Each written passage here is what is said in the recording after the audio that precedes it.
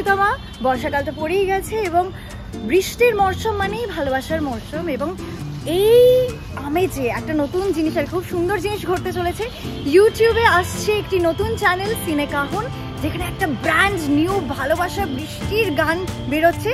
সেটা হচ্ছে বৃষ্টির ফোঁটা জানে এবং লিরিক্স লিখেছেন হচ্ছে জয়প্রকাশ পাল, গেয়েছেন জয়প্রকাশ এবং মৌলি, এবং ডিরেক্ট করেছেন আমার খুব ফেভারিট আমার কো অ্যাক্টর নীল চ্যাটার্জি। অবশ্যই দেখতে ভুলো না। টিজার আসছে 28শে জুলাই রোববার। চোখ রাখে কিন্তু ইউটিউবের পর্দায়।